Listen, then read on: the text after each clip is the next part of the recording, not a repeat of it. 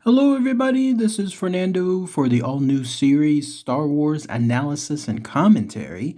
I thought I would do this new series because I was inspired by a YouTuber, one that I was following for several videos these past couple of weeks, and I thought to myself, why not? Why not just do this new series as well?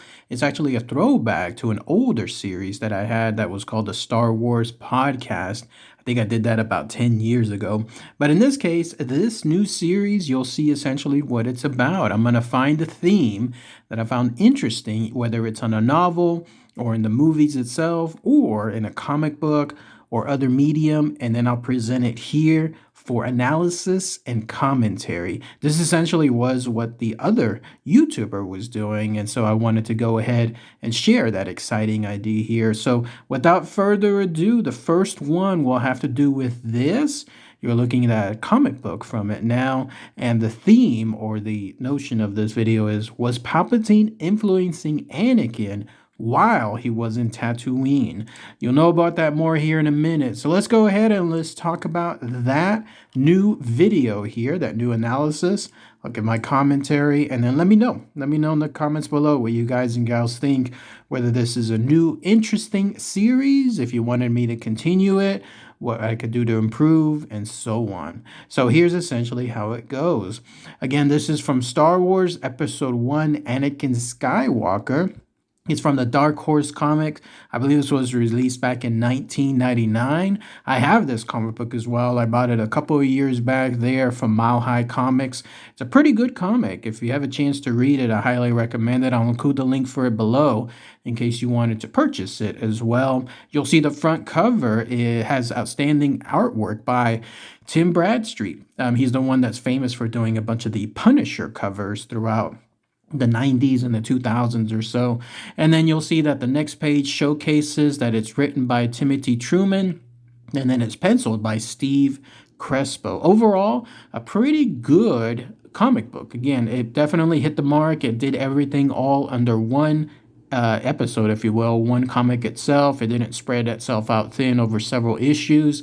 I like it when that happens. I like it when it's a one and done deal. So now the theme again with the video is, was Palpatine influencing Anakin while he was in Tatooine? And I believe that he was. There's some interesting stuff that happens within this comic that goes into that theory. If you wanted to follow that theory, then you'll find that here, and it provides good proof to it. In fact, some of that stuff is too much of a coincidence to disregard altogether. You'll know what I mean about that more here in just a moment. Now, what you'll see here as well, and without some of the other videos in the future, is that I won't showcase all the materials. Instead, I'll just flip through the most important parts. For example, this next page here. As you can see, it's showcasing Mos Espa right there in the Dune Sea of Tatooine, and then it zeroes in on the actual junkyard that Watto has. And then if you go all the way inside, there you see Anakin, or Annie, as he's referred throughout the comic, and it looks like he's repairing something for Watto. I love this kind of insider behind the scenes stuff because the movie showcased very well Watto's junkyard. It made me want to see more angles, more areas associated with that particular place. And here in the comic, it's a great way to explore it. If you haven't played the 1999 PC CD-ROM game that is associated with Star Wars Episode 1, The Phantom Menace, it's really great too because you get to spend almost a whole level inside Watto's junkyard and you're evading a whole bunch of dangerous traps. So a good place if you wanted to get another angle for his location. But as you can see here, we're introduced to a Womp rat that's found within that junkyard. This is very important because I believe, again, if we go by the theory that Sidious was basically influencing Anakin from the get-go, I think he was doing it through this Womp rat. Now, the reason for it is this. You'll see in the next page here, the Womp rat is actually going towards Anakin. You would think that anything involving Womp rats, if they're a real-life basis involving rats, let's say here on Earth, they normally wouldn't go to a person. They would hide. They would stay away. They would make certain that they are not found because of the dangers involved with whatever happens if somebody discovers their location. But here you have this curious little womp rat that decides to actually go towards Anakin. And as you can see, he triggers a trap. Once that happens, that trap comes out and then it grabs the womp rat. It shocks Anakin to the point where he essentially hits his head on the contraption that he's working on. And then on the next page here, you'll see that that trap is finalized. The womp rat is completely engulfed in some kind of spring or something else, something that basically has wrapped its tentacles around the womp rat, presumably to leave the womp rat there, unable to move, and then harshly essentially die out. You could imagine that in Tatooine, as hot as it gets, anything out there in the sun that is not covered in traditional clothing that blocks the sun and is left out there in the heat probably won't last too long. Of course, who knows? The physiology associated with womp rats, they can probably tolerate more, but we're going to go by the notion that they're maybe just regular rats like here on Earth. And then you can see that Anakin meets a friend, a girl by the name of Amy. I don't know who she is. Somebody posted in the comments, was she someone that was working with Watto as well? Was she someone that was basically there on Mos Espa as another slave? Let me know. I didn't get that far when it comes to the analysis, but towards the bottom, you can see that he is in turn looking at the womp rat. He realizes that it's a young one and that it's basically just going to be left there to starve out and die. And then on the next page, this is important, he lets the womp rat go. And the reason for this being important is because towards the bottom there, you can see that him and Amy are talking about something involving the Bunta Day race. This is the big one that was featured within the film itself. It was the one that had Jabba the Hutt as the main MC, if you will. And then there he's describing that he's going to join it, but he has to find an energy binder and a power charge and a sponsor. He makes it seem like, at least based on what the writer was writing, that he didn't have any of these before that. And I got a notion that this was going to be very soon, like at least, hear more in a minute, that this is going to be short timeline to the actual pod race. So what a weird coincidence that the time that he happens to let that womp rat go, again, the womp rat that was suddenly coming to him as opposed to hiding and moving someplace else, you can see that on this next page here, all of a sudden, that very same womp rat is now sitting on something. That catches the attention of Amy, that catches the attention of Annie, and then as he looks about, that's when she calls out and says, "Hey, that's your womp rat right there." By the way, I love this scene too, this page, because again, it showcases like the outside area of Watto's junkyard. That's in the game too. If you go towards the very edge of that location and you're peering out as far as I guess the game allows, you can see that similar landscape, and you can see some of those, I forgot what those are called, but those are those generators or something else, those shield generators that kind of keep things out, but at the same time keep things in. Like in other words, it's not letting the slaves run out, but you'll see that those are those giant bantas that they're basically there herding about. I love the little scenes involving that too. Anyways, on the next page, as you can see here, the womp rat is there. Anakin tries to shoo it away, and lo and behold, he finds it sitting on an energy binder. Quite a coincidence, right? He was needing an energy binder just a few moments ago, and all of a sudden, this womp rat, out of all the parts within Watto's giant junkyard, the millions of parts that have to be there, from the small to the very large. I got the impression that Watto is more of a hoarder. So this would have been, if they go by decades, whatever the years are there, this would have been decades of him hoarding this stuff. Out of all those parts, the one thing that this womp rat decided to sit on happened to be an energy binder. Quite a coincidence, right? Again, I got the impression that this is Sidious. He's peering in through who knows how far away, who knows where, probably on Coruscant or somewhere else. He's using the Force to peer in all the way. Here's Anakin's plea associated with needing those specific parts in terms of a energy binder and a power charge, and then he's using the Womp Rat to lead Anakin to what he needs, because he's going to have him go into the race and then be able to become free and then go to Tatooine, and the rest is history. If you're thinking and scratching your head thinking, how is this true, Fernando? How is this even close to reality? Just wait just a few minutes. So he finds that energy binder, right? And then he's proud and he's going to fix it up. And then Amy leaves a nice little comment about calling him weird. And then we cut to the next part. So he's basically going towards several parts of Mos Espa.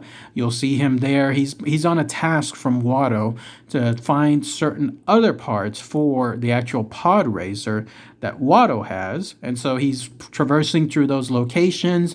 You can see there's a little throwback there to Han Solo based on that outfit that guy has. And then you have those two girls there, both of them actually in those skimpy outfits that Princess Leia was famous for.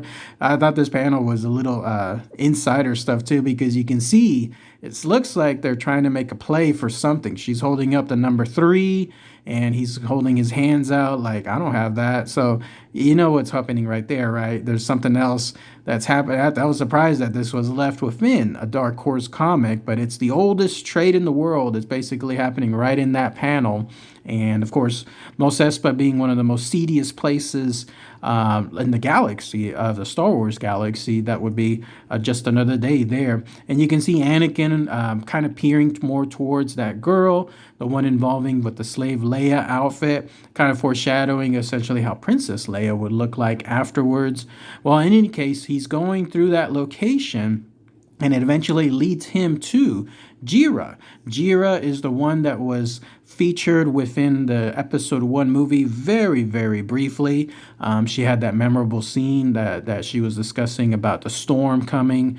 And with her, you can see that she's having more dialogue with him.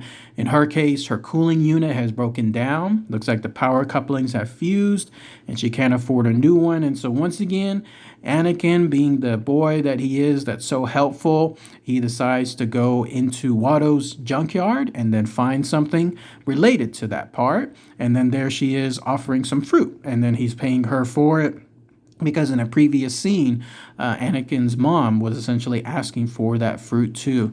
Cut to a little bit later when it comes to the comic book, and he's back. He's back in that location associated with the junkyard.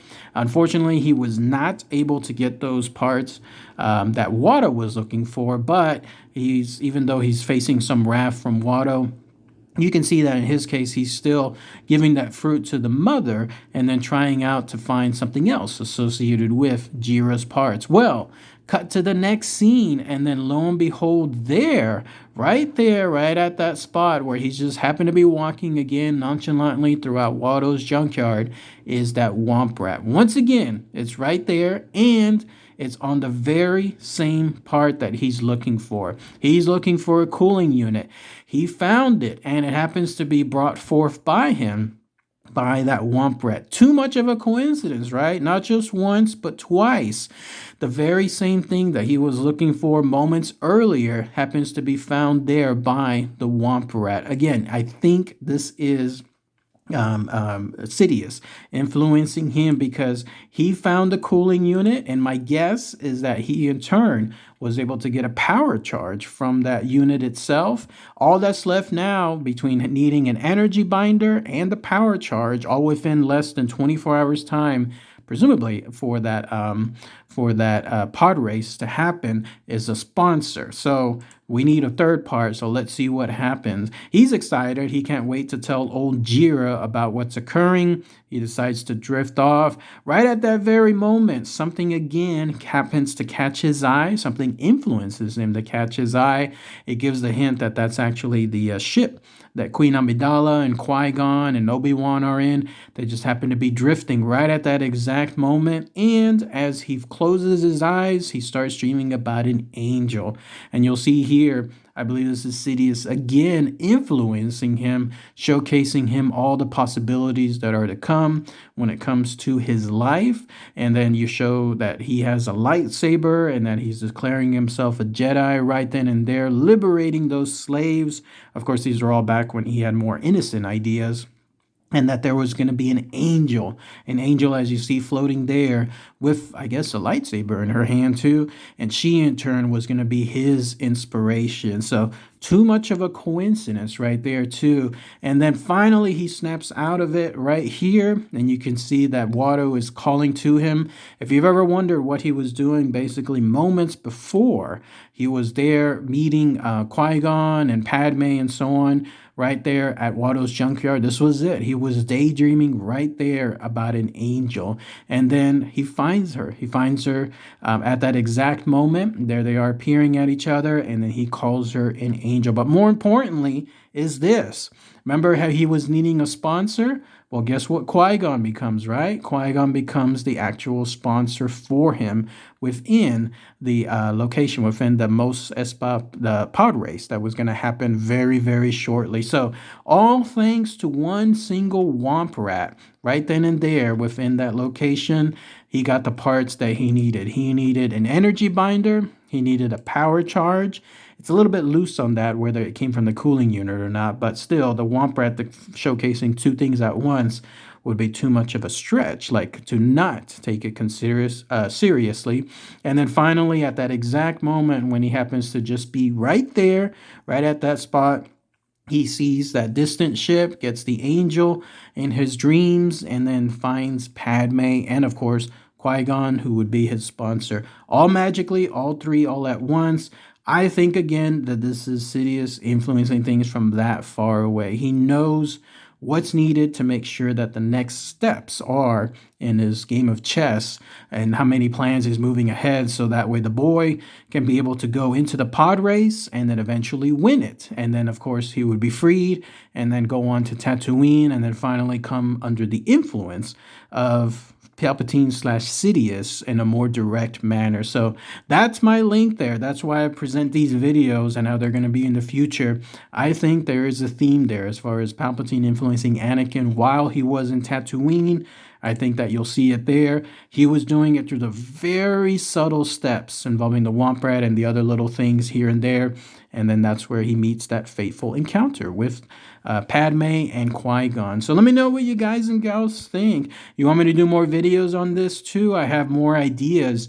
I have booklets and booklets of Star Wars books that I have little ideas that I could delve from, and so many novels as well that have so many interesting scenes that show more insight and analysis and other stuff from characters throughout the movies, prequels, maybe some of the sequels, but I'm not sure yet. But let me know what you guys think. Post it in the comments below. All right, everybody. Thanks again as always. Take care.